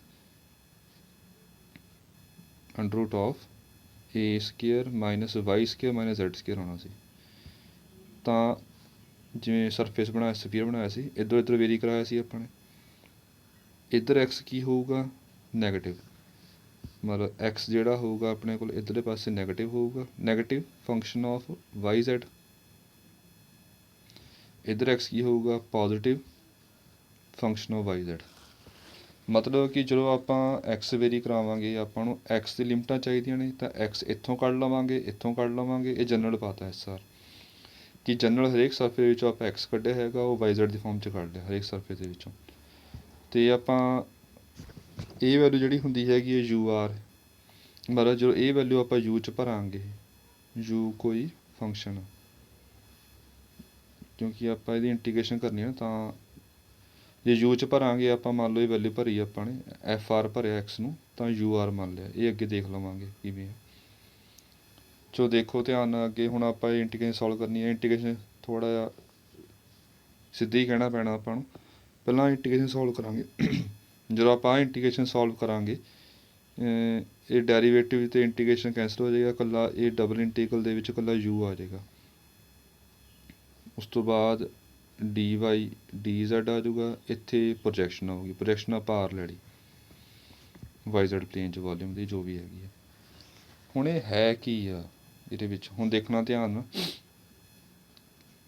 ਪਹਿਲਾਂ ਆਪਾਂ ਇਹਦੇ 'ਚ ਸਰਫੇਸ ਜਿਹੜੇ ਹੈਗੇ ਨੇ, ਇਹ 'ਚ ਵੋਲੀਅਮ ਇੱਕ ਤਾਂ ਇੱਥੋਂ ਇੱਥੇ ਵੇਰੀ ਕਰੇਗਾ, ਉਰੇ ਵੈਲਿਊ ਆਪਾਂ ਨੇ ਆਹ ਲਿਮਟ ਅਤੇ ਆਹ ਲਿਮਟ ਇਹ ਭਰਨੀ ਹੁੰਦੀ ਹੈ ਇਹਦੇ 'ਚ U 'ਚ। ਅਤੇ ਲਿਮਟਾਂ ਕਿਹਦੀਆਂ ਹੋਣਗੀਆਂ ਜੀ, ਇਹ ਲਿਮਟਾਂ X ਦੀਆਂ ਹੋਣਗੀਆਂ। ਇਸ ਟੋਪਿਕ ਦੇਖ ਲਿਓ ਧਿਆਨ ਨਾਲ। ਇਹ ਲਿਮਟ ਜਿਹੜੀਆਂ ਹੋਣਗੀਆਂ ਉੱਪਰ ਨੀਚੇ X ਦੀਆਂ ਹੋਣਗੀਆਂ। ਪਹਿਲਾਂ X ਉੱਪਰ ਵਾਲਾ ਭਰਾਂਗੇ, ਥੋੜ੍ਹਾ ਦੇਖਿਓ ਧਿਆਨ ਨਾਲ। ਇਹਦੇ ਵਿੱਚ ਇੱਕ ਤਾਂ ਇੱਥੋਂ ਇੱਥੇ ਵੇਰੀ ਕਰ ਰਿਹਾ, ਇੱਕ ਆਹ ਬਣੇਗੀ ਇੰਟੀਗ੍ਰੇਸ਼ਨ ਇਹਦੀ, ਇੱਕ ਆਹ ਇੰਟੀਗ੍ਰੇਸ਼ਨ ਬਣੇਗੀ ਇਹ ਸਰਫੇਸ ਵਾਲਾ, ਇੱਕ ਆਹ ਇੰਟੀਗ੍ਰੇਸ਼ਨ ਬਣੇਗੀ, ਇੱਕ ਆ ਇੱਦਾਂ ਇੰਟੀਗ੍ਰੇਸ਼ਨ ਬਣਨੀ ਹੈ ਅਲੱਗ-ਅਲੱਗ। ਦੁਬਾਰਾ ਦੱਸ ਰਿਹਾ ਮੈਂ, ਪਹਿਲਾਂ ਇੱਥੋਂ ਇੱਥੇ ਇੰਟੀਗ੍ਰੇਸ਼ਨ ਬਣੇਗੀ, ਮਤਲਬ ਕਿ ਇਹ ਲੋਅਰ ਲਿਮਿਟ ਹੋਏਗੀ, ਇਹ ਅੱਪਰ ਲਿਮਿਟ ਹੋਏਗੀ। ਜੇ ਅੱਪਰ ਲਿਮਿਟ ਪਹਿਲਾਂ ਭਰਨੀ ਹੈ ਯੂ ਦੇ ਵਿੱਚ ਪਹਿਲਾਂ ਅੱਪਰ ਲਿਮਿਟ ਭਰਨੀ ਹੈ ਜਿਵੇਂ ਪਹਿਲਾਂ ਲਿਖਿਆ ਸੀ। ਹੁਣ ਅੱਪਰ ਲਿਮਿਟ ਭਰਾਂਗੇ, ਉਹ ਕਿਹੜਾ ਹੈਗਾ, ਆਹ ਸਰਫੇਸ, ਅਤੇ ਇਹ ਸਰਫੇਸ ਕੀ ਲਿਆ ਹੈ ਆਪਾਂ ਨੇ, S2। ਤਾਂ S2 ਦੇ ਵਿੱਚੋਂ ਜੋ X ਹੈਗਾ ਉਹ ਆਪਾਂ ਨੇ F 'ਚ ਭਰਨਾ ਹੈਗਾ, U 'ਚ ਭਰਨਾ। ਇਹ X ਆ, ਇਹ X ਆ, ਇਹ S2 ਵਿੱਚੋਂ ਆਊਗਾ, ਇਹ S1 ਦੇ ਵਿੱਚੋਂ ਆਊਗਾ। ਜੋ ਇਹ ਵੈਲਿਊ S2 ਵਾਲੀ ਲਿਖਿਆ ਹੋਇਆ ਆਪਾਂ ਨੇ, S2 ਵਾਲੀ ਵੈਲਿਊ ਜੇ ਆਪਾਂ ਇਹ 'ਚ ਭਰਾਂਗੇ ਤਾਂ U2 ਆਊਗਾ। ਤਾਂ ਅੱਪਰ ਲਿਮਿਟ ਭਰੀ ਆਪਾਂ ਨੇ ਪਹਿਲਾਂ, U2 ਆਏਗਾ, ਫਿਰ ਮਾਈਨਸ ਲੋਅਰ ਲਿਮਿਟ ਭਰੀ ਆਪਾਂ, ਇਹ U1 ਆਏਗਾ। ਥੋੜ੍ਹਾ ਜਿਹਾ ਹੋਰ ਦੇਖ ਲੈਣਾ, ਦੁਬਾਰਾ ਅਗਲਾ ਦੇਖ ਲੈਣਾ। ਜਿਵੇਂ ਆਹ ਇਹਦਾ, ਚਲੋ ਇਹ ਨਹੀਂ ਲੈਣਾ ਆਪਾਂ ਸੱਚ, ਕਿਉਂਕਿ ਇਹਦਾ ਵੋਲੀਅਮ ਬਾਹਰ ਨਿਕਲ ਗਿਆ। ਵੋਲੀਅਮ ਦੇ ਵਿੱਚ ਰਹਿਣਾ ਆਪਾਂ, ਤਾਂ ਵੋਲੀਅਮ ਇਹੀ ਆ। ਅਗਲਾ ਇੱਥੋਂ ਇੱਥੇ ਆਊਗਾ, ਵੋਲੀਅਮ ਦੇ ਵਿੱਚ ਰਹਿਣਾ ਆਪਾਂ ਨੇ, ਵੋਲੀਅਮ ਤੋਂ ਬਾਹਰ ਨਹੀਂ ਲੈਣਾ ਹੈ। ਹੁਣ ਇੱਧਰਲੇ ਪਾਸੇ ਸਰਫੇਸ ਜਿਹੜਾ ਸੀ ਆਪਣੇ ਕੋਲ S3 ਆ, ਇੱਧਰ S4 ਆ। ਪਹਿਲਾਂ S4 ਭਰਾਂਗੇ, ਫਿਰ S3 ਭਰਾਂਗੇ। ਜੋ S4 ਭਰਾਂਗੇ ਉਹਦਾ ਨਾਮ U4 ਰੱਖਿਆ ਹੋਇਆ ਆਪਾਂ ਨੇ, ਜੇ S3 ਭਰਾਂਗੇ ਉਹਦਾ ਨਾਮ ਆਪਾਂ U3 ਰੱਖਿਆ ਹੋਇਆ। ਤਾਂ ਇਹ ਬਣ ਗਿਆ ਆਪਣੇ ਕੋਲ U4 ਮਾਈਨਸ U3, ਐਂ ਸਿਮਿਲਰਲੀ ਚਲਾ ਗਿਆ। ਇਸ ਤੋਂ ਬਾਅਦ ਇਹਨੂੰ ਰੀਅਰੇਂਜ ਕਰ ਲਿਆ ਆਪਾਂ ਨੇ। ਜੋ ਰੀਅਰੇਂਜ ਕੀਤਾ, ਇਹ ਪਹਿਲਾਂ ਅੱਗੇ ਪੜ੍ਹ ਸੀਰੀਅਲ ਵਾਈਜ਼ ਕਰ ਲਿਆ, U1 U2 ਅੱਗੇ ਕਰ ਲਿਆ, ਫਿਰ U3 ਅੱਗੇ ਕਰ ਲਿਆ, ਇਹ U2 ਇਹਨੇ ਸੀਰੀਅਲ ਵਾਈਜ਼ ਲਿਖ ਲਿਆ ਆਪਾਂ ਸਾਰੇ। ਥੋੜ੍ਹਾ ਬੁੱਕ ਦੇ ਵਿੱਚ ਘੱਟ ਸਮਝਾਇਆ ਹੈ, ਇਸ ਕਰਕੇ ਥੋੜ੍ਹਾ ਜਿਹਾ ਬੁੱਕ ਦੇ ਸਟੈਪ ਘੱਟ ਨੇ, ਇਹ 'ਚ ਪ੍ਰੋਪਰ ਦੱਸਿਆ ਹੈ।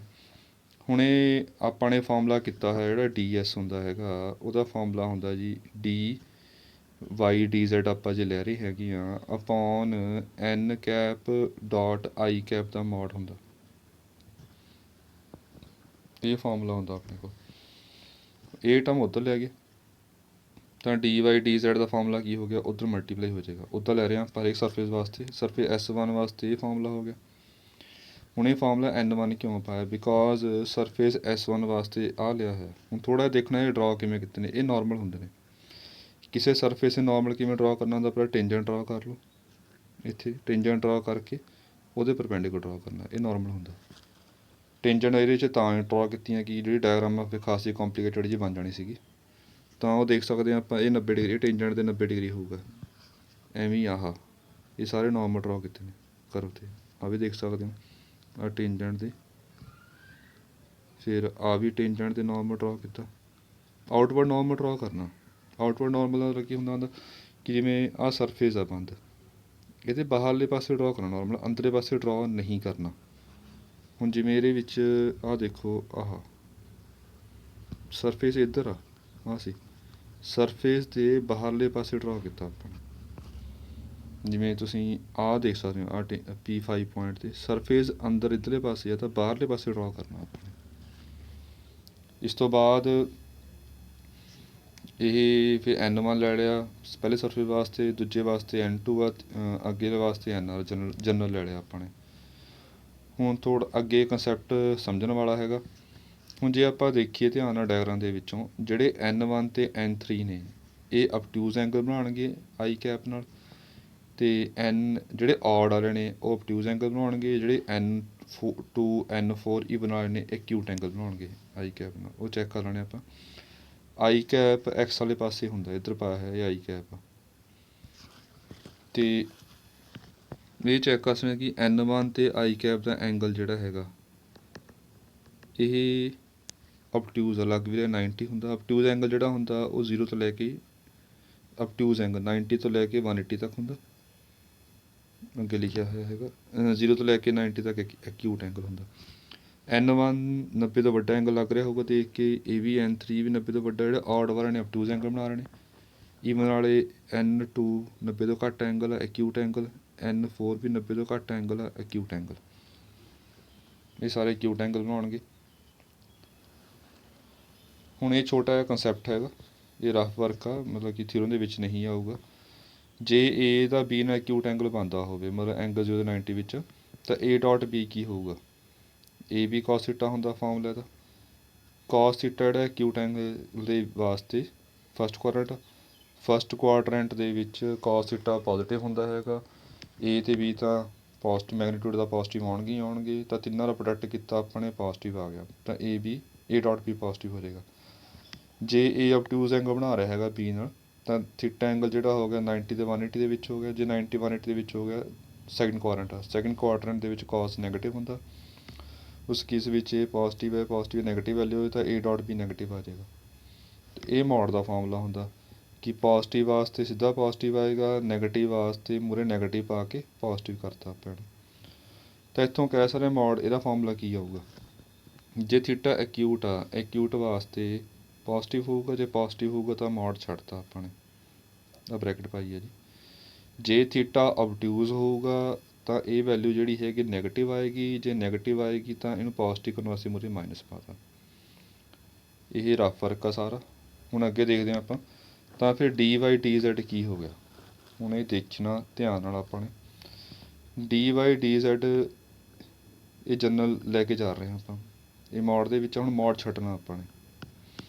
ਜੇ ਤਾਂ ਕਨਫਰਮ ਆ ਕਿ ਅੰਦਰ ਵਾਲੀ ਟਰਮ ਜਿਹੜੀ ਹੈਗੀ ਆ, ਅੰਦਰ ਵਾਲੀ ਟਰਮ ਪੋਜ਼ੀਟਿਵ ਹੈ, ਮੋਡ ਛੱਡ ਦਾਂਗੇ, ਸਿੱਧਾ ਛੱਡ ਦਾਂਗੇ। ਜੇ ਇਹ ਨੈਗੇਟਿਵ ਹੋਈ ਤਾਂ ਮੂਹਰੇ ਮਾਈਨਸ ਪਾ ਦੇਵਾਂਗੇ ਛੱਡ ਕੇ। ਹੁਣ ਇਹ ਪੋਜ਼ਿਟਿਵ ਨੈਗੇਟਿਵ ਡਿਸਾਈਡ ਕਰ ਸਕਦੇ ਹਾਂ, ਇਹ ਐਂਗਲ ਉੱਪਰ ਡਿਪੈਂਡ ਕਰਦੀ ਹੈ। ਬਸ ਸਿੰਪਲ ਐਂ ਕਹਿ ਲਵੋ ਕਿ ਜੇ ਔਡ ਹੋਊਗਾ, ਔਡ ਵਾਸਤੇ ਆਬਟਿਊਜ਼ ਐਂਗਲ ਬਣੇਗਾ, ਜੇ ਆਬਟਿਊਜ਼ ਐਂਗਲ ਬਣੇਗਾ ਨੈਗੇਟਿਵ ਹੋਊਗਾ, ਜੇ ਨੈਗੇਟਿਵ ਹੋਊਗਾ ਜੇ ਮੋਡ ਛੱਡਾਂਗੇ ਮੂਹਰੇ ਮਾਈਨਸ ਪਾਵਾਂਗੇ।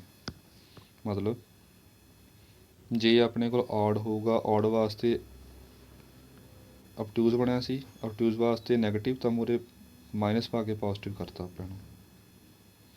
ਐਕਿਊਟ ਵਾਸਤੇ ਮਤਲਬ ਈਵਨ ਵਾਸਤੇ ਜੇ ਆਰ ਈਵਨ ਹੋਊਗਾ, ਉਸ ਕੇਸ 'ਚ ਐਕਿਊਟ ਐਂਗਲ ਬਣੇਗਾ, ਐਕਿਊਟ ਐਂਗਲ ਵਾਸਤੇ ਇਹ ਪੋਜ਼ੀਟਿਵ ਹੁੰਦਾ ਤਾਂ ਸਿੱਧਾ ਮੋਡ ਛੱਡ ਸਕਦੇ ਹਾਂ, ਸਿੱਧਾ ਮੋਡ ਛੱਡਤਾ। ਇਹ ਸਟੈਪ ਦੇਖ ਲਿਓ ਧਿਆਨ ਨਾਲ। ਤਾਂ ਇਸ ਤੋਂ ਬਾਅਦ ਜਿਹੜੀ ਨੰਬਰਿੰਗ 1 ਸੀਗੀ, ਨੰਬਰਿੰਗ 1 'ਤੇ ਆ ਰਹੇ ਹਾਂ ਆਪਾਂ। ਨੰਬਰਿੰਗ 1 ਸੀਗੀ, ਇਹ ਆਪਾਂ ਇੰਟੀਗ੍ਰੇਸ਼ਨ ਜਿਹੜੀ ਹੈਗੀ ਆ ਉਹ ਕੱਲੀਆਂ ਕਰ ਲਈਆਂ। ਇੰਟੀਗ੍ਰੇਸ਼ਨ dy/dz ਕੱਲਾ ਮਲਟੀਪਲਾਈ ਕਰ ਲਿਆ, ਕੱਲਾ ਮਲਟੀਪਲਾਈ ਕਰਕੇ। ਹੁਣ ਇਹ ਅੱਗੇ ਸਟੈਪ ਦੇਖਣਾ ਆਪਾਂ, ਇਸ ਤੋਂ ਬਾਅਦ ਕੀ ਕੀਤਾ, ਇਹ ਇੰਟੀਗ੍ਰੇਸ਼ਨ ਕੱਲੀ ਕੀਤੀ ਹੈ। ਪਹਿਲਾਂ ਇਹ ਇੰਟੀਗ੍ਰੇਸ਼ਨ ਦੀ ਗੱਲ ਕਰਦੇ ਹਾਂ ਆਪਾਂ ਕਿ ਆਹ ਕੀ ਹੋ ਗਿਆ, ਇੱਥੇ ਕੀ ਬਣ ਗਿਆ, ਇਹੀ ਗੱਲ ਆਪਾਂ ਹੁਣ ਸਮਝਣੀ ਹੈ ਧਿਆਨ ਨਾਲ। ਤੇ ਪਹਿਲਾਂ ਇਹ ਗੱਲ ਦੇਖਦੇ ਹਾਂ ਆਪਾਂ, ਜਿਹੜਾ ਇਸ ਕੇਸ ਦੇ ਵਿੱਚ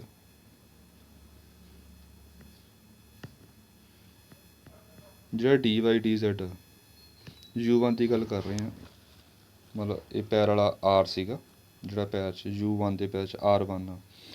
ਔਡ ਵਾਸਤੇ ਮਤਲਬ dy/dz ਦੀ ਵੈਲਿਊ ਕੀ ਆਊਗੀ 1 ਵਾਸਤੇ, 1 ਔਡ ਆ, ਇਹ ਆਊਗੀ minus of n1 dot i cap ds1, ਇਹ ਵੈਲਿਊ ਆਊਗੀ।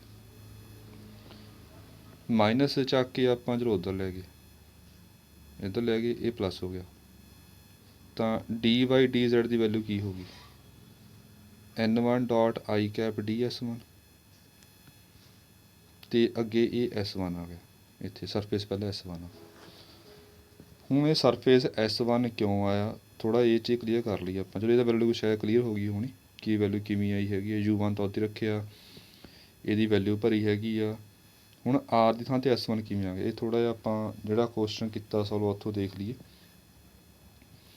ਜਿਵੇਂ ਆਹ S1 ਸੋਲਵ ਕਰਦੇ ਹੁੰਦੇ ਆਪਾਂ, ਜਦੋਂ ਆਪਾਂ ds ਦੀ ਵੈਲਿਊ ਭਰਨੀ ਹੁੰਦੀ ਆ, ਸਰਫੇਸ ਦੀ ਵੈਲਿਊ ਭਰਨੀ ਹੁੰਦੀ ਹੈ, ਇਹ ਕੋਈ ਫਰਕ ਨਹੀਂ ਪੈਂਦਾ ds ਜਾਂ ds1 ਪਾ ਲਓ, ਸਰਫੇਸ ਦੇ ਅਕੋਰਡਿੰਗ ਕੋਈ ਪ੍ਰੋਬਲਮ ਨਹੀਂ ਹੈਗੀ। ਉਰੇ S1 ਪਾਇਆ ds1 ਪਾ ਸਕਦੇ ਹਾਂ, ਇਕੱਲਾ ds ਪਾ ਸਕਦੇ ਹਾਂ। ਥਿਊਰਮ ਦੇ ਵਿੱਚ ਆਪਾਂ ds1 ds2 ds3 ਲੈ ਕੇ ਚੱਲ ਰਹੇ ਹਾਂ। ਹੁਣ ਜਦੋਂ ਆਪਣੇ ਕੋਲ ds ਦੀ ਵੈਲਿਊ ਭਰੀ ਹੈਗੀ ਆ, ਉਦੋਂ ਪ੍ਰੋਜੈਕਸ਼ਨ ਦੀ ਗੱਲ ਕਰਨੀ ਹੈ। ਜਿਵੇਂ ਅਗਲਾ ਦੇਖ ਲਈਏ ਆਪਾਂ, ਜਿਵੇਂ ਆਹ ds ਦੀ ਵੈਲਿਊ ਭਰੀ ਆ ਆਪਾਂ ਨੇ ਇਹਦੇ ਵਿੱਚ dx dy 'ਚ, ਉਦੋਂ ਪ੍ਰੋਜੈਕਸ਼ਨ ਦੀ ਗੱਲ ਕਰਨੀ ਹੈ। ਜਦੋਂ dx dy ਨਹੀਂ ਹੈਗਾ, ਮਤਲਬ ds ਆ ਇਕੱਲਾ, ਉਦੋਂ ਸਰਫੇਸ ਦੀ ਗੱਲ ਕਰਨੀ, ਸਰਫੇਸ ਕਿਹੜਾ ਆਪਣੇ ਕੋਲ। ਉਵੇਂ ਇਹਦੇ ਵਿੱਚ ਕੀਤਾ ਆਪਾਂ ਨੇ, ਜਦੋਂ ਆਪਾਂ ਨੇ ਇਹ ਕਨਵਰਟ ਕਰਤਾ ਤਾਂ ਸਰਫੇਸ ਕੀ ਆਊਗਾ, ਇਹ 'ਚ S1 ਆ। ਸਰਫੇਸ ਦੱਸਣ ਵਾਸਤੇ ਕਿ S1 ਕਿਉਂ ਆ, ਤਾਂ ਹੀ ds1 ਪਾਇਆ ਹੈ ਉਰੇ। ਇੱਥੋਂ ਕਲੀਅਰ ਹੋ ਜਾਏਗੀ ਸਰਫੇਸ S1 ਆ, ਇਹ ਸਰਫੇਸ S2। ਅਗਲਾ ਵੀ ਚੈੱਕ ਕਰ ਸਕਦੇ ਹਾਂ ਆਪਾਂ। 2 ਆ, ਹਾਂ R2 ਆ, 2 ਹੋ ਗਿਆ ਆਪਣੇ ਈਵਨ ਵਾਸਤੇ ਵੈਲਿਊ ਹੋਊਗੀ dy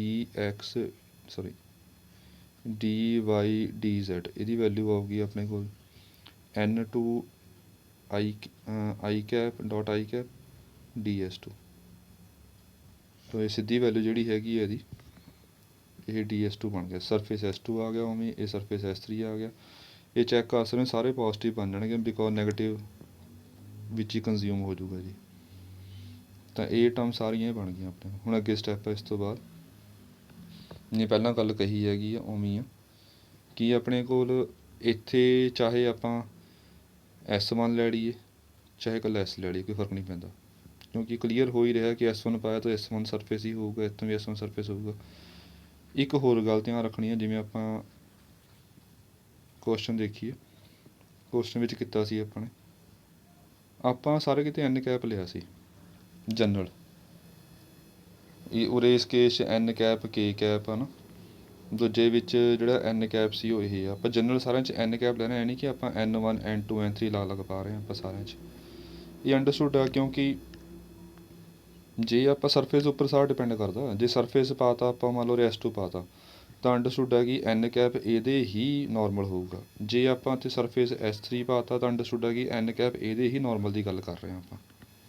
ਜੇ S1 ਆਪਣੇ ਕੋਲ ਸਰਫੇਸ ਪਾਤਾ ਤਾਂ ਅੰਡਰਸਟੂਡ ਹੈ ਕਿ ਜਿਹੜਾ N ਕੈਪ ਹੈ ਇਹ ਸਰਫੇਸ ਦੇ ਹੀ ਨੋਰਮਲ ਹੋਊਗਾ, ਉਹਦੀ ਗੱਲ ਕਰ ਰਹੇ ਹਾਂ ਆਪਾਂ। ਤਾਂ ਉਰੇ ਇਸ ਕੇਸ ਵਿੱਚ ਥਿਊਰਮ ਦੇ ਵਿੱਚ ਹੁਣ ਉਰੇ N1 ਪਾਇਆ ਹੈਗਾ, U1 ਪਾਇਆ ਨਾਲੇ। ਇਹ ਅੰਡਰਸਟੂਡ ਹੈ ਕਿ ਜਿਹੜੀ ਵੈਲਿਊ ਹੈਗੀ ਆਪਣੇ ਕੋਲ, ਜੋ U1 ਦੀ ਗੱਲ ਆਪਾਂ ਬਾਅਦ ਚੋਂ ਕਰਦੇ ਹਾਂ, ਪਹਿਲਾਂ N1 ਦੀ ਗੱਲ ਕਰ ਲਈਏ।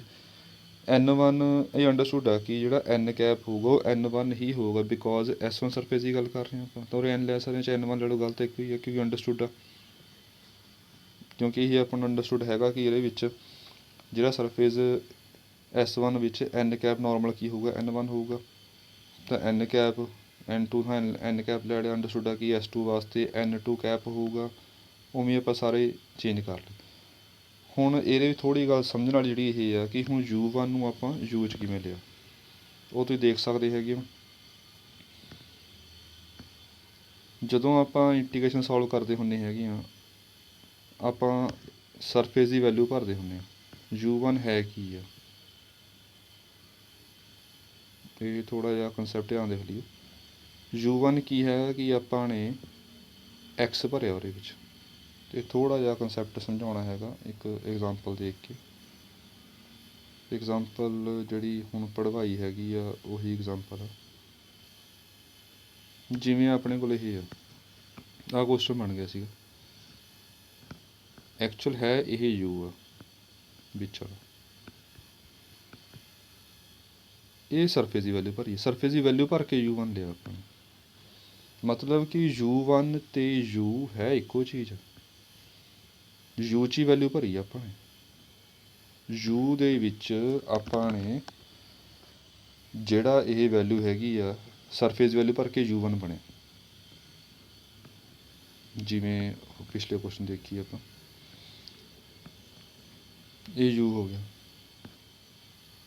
ਇਹਦੇ ਵਿੱਚ ਆਪਾਂ ਸਰਫੇਸ ਦੇ ਵਿੱਚ ਸਰਫੇਸ ਦੀ ਵੈਲਿਊ ਭਰੀ, ਸਰਫੇਸ ਦੀ ਵੈਲਿਊ ਭਰ ਕੇ ਇਹ U1 ਬਣਿਆ, ਜੋ ਵੀ ਹੈ U1 U2 ਜੋ ਬਣਿਆ ਹੈਗਾ। ਹੁਣ ਇਹਦੇ ਵਿੱਚ ਇਹੀ ਆ ਕਿ ਆਪਣੇ ਕੋਲ ਇੱਥੇ U ਸਾਰੇ ਕਿਤੇ ਕਿਉਂ ਪਾਇਆ ਆਪਾਂ ਨੇ, ਕਿਉਂਕਿ ਇਹ ਸਰਫੇਸ ਦੀ ਵੈਲਿਊ ਆਪਾਂ ਇਹ 'ਚ ਭਰੀ ਆ, U ਵਿੱਚ ਹੀ ਭਰ ਕੇ ਵੈਲਿਊ ਸਰਫੇਸ ਦੀ, ਤਾਂ ਹੀ U1 ਆਇਆ ਨਾ। ਉਵੇਂ U 'ਚ ਵੈਲਿਊ ਭਰ ਕੇ ਸਰਫੇਸ ਦੀ ਤਾਂ U2 ਆਇਆ, U 'ਚ ਸਰਫੇਸ ਵੈਲਿਊ ਭਰ ਕੇ S3 ਦੀ ਤਾਂ ਉਹ U3 ਬਣਿਆ। ਥੋੜ੍ਹਾ ਜਿਹਾ ਇਹਨੂੰ ਦੁਬਾਰਾ ਵੀ ਦੇਖ ਲਓ, ਜਿਵੇਂ ਇੱਥੋਂ ਦੇਖ ਲਿਆ ਚਲੋ ਆਪਾਂ, ਜੇ ਗੱਲ ਨਹੀਂ ਸਮਝ ਲੱਗ ਰਹੀ ਹੈਗੀ। ਜਿਵੇਂ ਆਪਣੇ ਕੋਲ ਸਰਫੇਸ ਸੀਗਾ, ਥੋੜ੍ਹਾ ਜਿਹਾ ਪਿੱਛੇ ਜਾਣਾ, ਹਾਂਜੀ ਇਹ ਸਰਫੇਸ ਦੀ ਇਕੁਏਸ਼ਨ ਆ, ਸਰਫੇਸ ਭਰ ਕੇ ਹੀ UR ਬਣਿਆ। ਮੈਂ U1 ਕੀ ਹੋਊਗਾ, ਇਹਦੇ ਵਿੱਚ ਪਹਿਲਾ ਸਰਫੇਸ ਭਰਾਂਗੇ, U2 ਹੋਊਗਾ ਦੂਜਾ ਸਰਫੇਸ ਭਰਾਂਗੇ।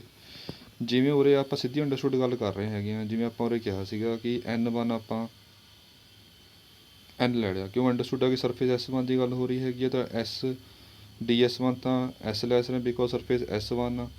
N1 ਤਾਂ ਆਪਾਂ N ਲੈ ਸਕਦੇ ਬਿਕੋਜ਼ ਸਰਫੇਸ S1 ਹੈਗਾ, ਅਤੇ U1 ਤਾਂ ਆਪਾਂ U ਵੀ ਲੈ ਸਕਦੇ ਬਿਕੋਜ਼ ਸਰਫੇਸ S1 ਆ। ਅੰਡਰਸਟੂਡ ਆ ਕਿ S2 ਸਰਫੇਸ ਵਾਸਤੇ U ਦੀ ਵੈਲਿਊ ਕਿੰਨੀ ਹੋਊਗੀ, U2 ਹੋਊਗੀ। ਜੇ U2 ਹੋਊਗੀ ਤਾਂ ਅੰਡਰਸਟੂਡ ਫਿਰ ਸਿੱਧਾ U ਪਾ ਦੇਗੀ। ਇਹ ਸਾਰਾ ਅੰਡਰਸਟੂਡ ਹੋ ਰਿਹਾ S2 ਪਾਇਆ ਹੋਇਆ ਆਪਾਂ ਨੇ। ਜੇ S2 ਇੱਥੇ ਪਾਇਆ ਹੋਇਆ ਹੈਗਾ ਤਾਂ ਸਾਰਾ ਇੱਥੋਂ ਅੰਡਰਸਟੂਡ ਹੋ ਰਿਹਾ ਕਿ ਇਹ ਜਿਹੜੀ ਵੈਲਿਊ ਹੋਊਗੀ ਇਹ U2 ਹੋਊਗੀ, ਇਹ N2 ਹੋਊਗੀ, ਇਹ S2 ਹੋਊਗੀ, ਬਿਕੋਜ਼ ਇੱਥੋਂ ਸਾਰਾ ਕਲੀਅਰ ਹੋ ਰਿਹਾ ਵੀ ਫਿਰ ਲੋੜ ਨਹੀਂ ਆਪਣੇ ਤਾਂ ਲੱਗਦਾ ਪਾਉਣ ਦੀ। ਇਹ ਸਾਰਾ ਇੱਦਾਂ ਕਨਵਰਟ ਕਰ ਲਿਆ। ਕਨਵਰਟ ਕਰਕੇ ਇਹ 'ਚੋਂ ਦੇਖ ਸਕਦੇ ਹਾਂ ਆਪਾਂ ਹੁਣ ਅੱਗੇ। ਹੁਣ ਇਹ ਸਾਰਾ ਇਹਨੂੰ ਕਿਵੇਂ ਲਿਖਾਂਗੇ ਆਪਾਂ, ਇਹ ਵੀ ਆਪਾਂ ਥੋੜ੍ਹਾ ਜਿਹਾ ਐਗਜ਼ਾਮਪਲ ਦੇਖੀਏ। ਜਿਵੇਂ ਐਗਜ਼ਾਮਪਲ ਕੀਤੀ ਸੀ ਆਪਾਂ ਨੇ ਇਹ ਵਾਲੀ, ਇਹ ਸਟਾਰਟਿੰਗ 'ਚ 3 ਹਿੱਸੇ ਕਿਵੇਂ ਬਣ ਗਏ ਸੀ, ਬਿਕੋਜ਼ ਇਹ ਸਰਫੇਸ ਦੇ ਵਿੱਚ ਓਵਰਆਲ 3 ਸਰਫੇਸ ਸੀਗੇ, ਤਿੰਨਾਂ ਨੂੰ ਅਲੱਗ ਅਲੱਗ ਜੋੜ ਕੇ ਆਪਣਾ ਆਨਸਰ ਆਏਗਾ। ਉਵੇਂ ਇਹ ਪੂਰੇ ਸਰਫੇ ਦੇ ਵਿੱਚ 2n ਸਰਫੇਸ ਲਏ ਨੇ ਆਪਾਂ ਨੇ।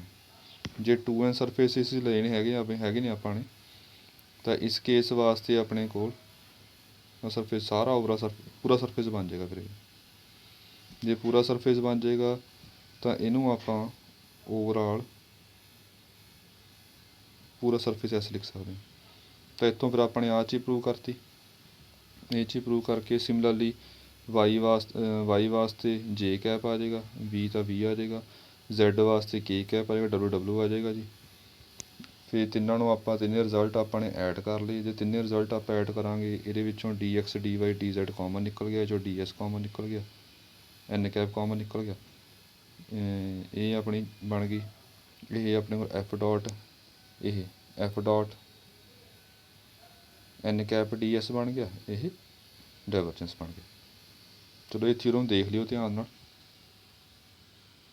ਅਤੇ ਇਸ ਤੋਂ ਬਾਅਦ ਅੱਗੇ ਸੋਲਵ ਕਰਦੇ ਹੈਗੇ। ਇੱਕ ਹੋਰ ਨੂਮੈਰੀਕਲ ਕਰਵਾਉਣਾ ਹੈਗਾ, ਉਹ ਦੇਖ ਲਿਓ। ਇਹ ਨੂਮੈਰੀਕਲ ਹੈਗਾ ਆਪਣੇ ਕੋਲ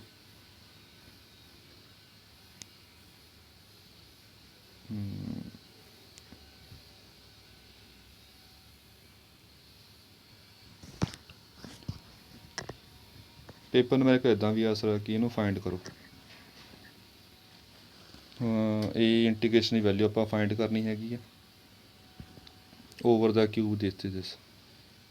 ਇਹ ਥੋੜ੍ਹਾ ਕੁਐਸਚਨ ਦੇਖ ਲਿਓ ਧਿਆਨ ਨਾਲ। ਜਿਹੜਾ ਆਪਾਂ ਨੇ ਪਿੱਛੇ ਕੁਐਸਚਨ ਕੀਤਾ, ਜਿਵੇਂ ਆਹ ਵਾਲਾ ਕੁਐਸਚਨ ਕੀਤਾ, ਮੈਂ ਥੋੜ੍ਹਾ ਜਿਹਾ ਸਪੀਡ 'ਤੇ ਕਰ ਰਿਹਾ। ਪਿਛਲੇ ਕੁਐਸਚਨ ਦੇ ਵਿੱਚ ਆਪਣੇ ਕੋਲ ਜਿਹੜਾ ਇਸ ਤੋਂ ਪਹਿਲਾਂ ਵਾਲਾ ਕੁਐਸਚਨ ਸੀਗਾ, ਸਰਫੇਸ ਇੰਟੈਗਰਲ ਹਮੇਸ਼ਾ ਔਖਾ ਜਾਂਦਾ ਹੁੰਦਾ, ਲੰਬਾ ਜਾਂਦਾ ਹੁੰਦਾ, ਵੋਲੀਅਮ ਇੰਟੈਗਰਲ ਛੋਟਾ ਹੁੰਦਾ। ਆਪਾਂ ਦੇਖਿਆ ਹੋਊਗਾ ਵੋਲੀਅਮ ਇੰਟੈਗਰਲ ਦਾ ਛੋਟਾ ਨਿਕਲ ਗਿਆ ਸੀ, ਪਿਛਲਾ ਕੁਐਸਚਨ ਦੇਖ ਸਕਦੇ ਹਾਂ। ਸਰਫੇਸ ਇੰਟੈਗਰਲ ਲੰਬਾ ਗਿਆ ਸੀਗਾ। ਤਾਂ ਇਹਦੇ ਵਿੱਚ ਕੀ ਹੋਊਗਾ ਆਪਣੇ ਕੋਲ, ਇੱਕ ਤਾਂ ਹੋਊਗਾ ਕੁਐਸਚਨ ਵੈਰੀਫਾਈ ਕਰਨ ਵਾਲੇ, ਜਿਹੜਾ ਹੁਣ ਪਿੱਛੇ ਪੜ੍ਹਿਆ ਆਪਾਂ ਨੇ ਕੁਐਸਚਨ। ਇੱਕ ਹੋਊਗਾ ਕਿ ਅਪਲਾਈ ਡਾਇਵਰਜੈਂਸ ਥਿਊਰਮ ਜਾਂ ਗੌਸ ਡਾਇਵਰਜੈਂਸ ਥਿਊਰਮ। ਇਹ ਅਪਲਾਈ ਕਰਨ ਵਾਸਤੇ ਕਹਿਣਗੇ ਆਪਾਂ ਨੂੰ।